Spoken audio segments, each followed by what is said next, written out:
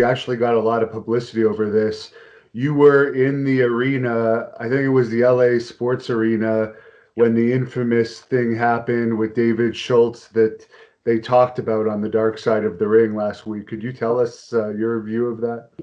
There, I was not in the dressing room when apparently there was an altercation with Mr. T and David, and I was not out by the ring with their altercation was.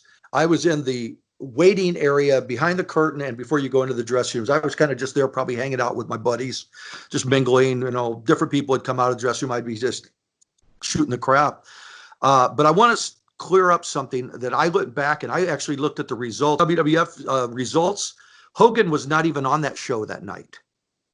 Hogan. Interesting. Yes, and if you look it up, I'll tell you, it was like I think it was March, not March. It was February, I believe, of '85. And if you look at the results of that show, there even is a part that says on there, "This is the night David Schultz got fired." And I looked at the whole lineup. Hogan was not even there. He was not even on the shows. So how could he stand there and say, "I watched him get bitch slapped"? Totally wrong. Totally wrong. Totally lie. Fabrication for ratings or whatever to make things look good. So anyway, I saw David Schultz come out of the dressing room and just like walk right to the curtain. He wasn't, the guys were already in the ring. Whoever it was in the ring. And it was after intermission, I believe. And he went off and I never saw T. I didn't pay attention to T that night, really. But I saw Schultz leave in the dressing room and go through the curtain. It's like, well, some guys went through the curtain to watch the matches just at the edge of the curtain. Security was there, police and everything else. But then I saw Jay Strongbow about 6 feet behind him walking, and he went through the curtain, and I could hear him say, "Get that guy, bring him back here now. Do not let him make contact with anyone." And that's all I saw for a few minutes. And all of a sudden, then I see Schultz come back, and he's being manhandled by these two cops. And he's resisting, but not violently, but he's letting them know he's not happy. And Schultz is a good-sized guy, and everyone knows he's got a temper. And so the cops ended up laying him on the ground, and they told him to calm down. He wouldn't calm down. And more cops came. No shotguns. They would not have had shotguns in an arena full of people. That's absolutely ridiculous. Like they're going to fire off and kill 10 stands. The stands were right at the edge of the curtain. You could actually see the butts of them sitting there in the bleachers. There was no shotguns like they said in that documentary. None. Tell you that for a fact.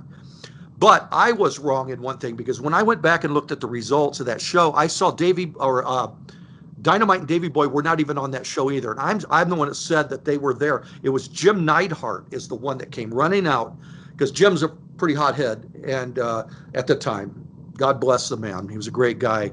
And Neidhart came out to get involved, and the cops and Strongbow pushed him back verbally. Just go back in the dressing room. Don't get involved in this. Don't get involved in this. And so Schultz was laying on the floor, cement floor, laying on the floor, and they hogtied him to contain him for his own protection and for everyone else's protection, to de-escalate the situation, to let him calm down. And it took a long time, and he's yelling out "mother," blah, blah, and everything else all through I'm sure the fans in the arena could hear, while even during a match, they could hear a lot of the confrontation just behind the velvet curtain there, separating the stands. But it took a while, and then eventually they calmed him down, and Chief helped talk him down, and they talked him down, quieted him, and finally they released him, stood him up, they unhandcuffed him. And they right around the corner from this barricade, a metal barricade, is an exit door. Fans didn't use really. It was just a odd door that went out toward the parking lots.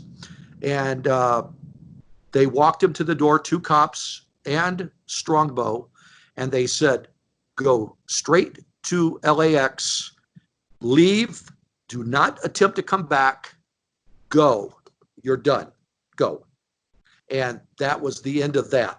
There were no shotguns pointed to his head, like he said in the thing. I know that looked like good drama for those people on Dark Side of the Ring. Were probably eating that up, And he's a bounty hunter. He's a tough guy, and I understand that.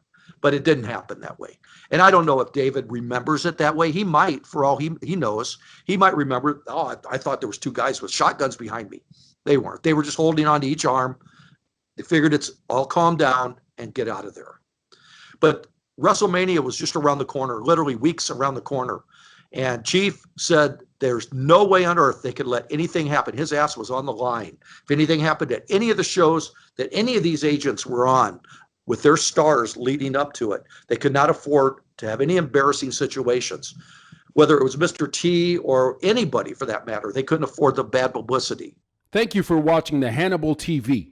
Please like this video if you enjoyed it and click the subscribe button to not miss any of our latest shoot interviews, match videos, or news updates.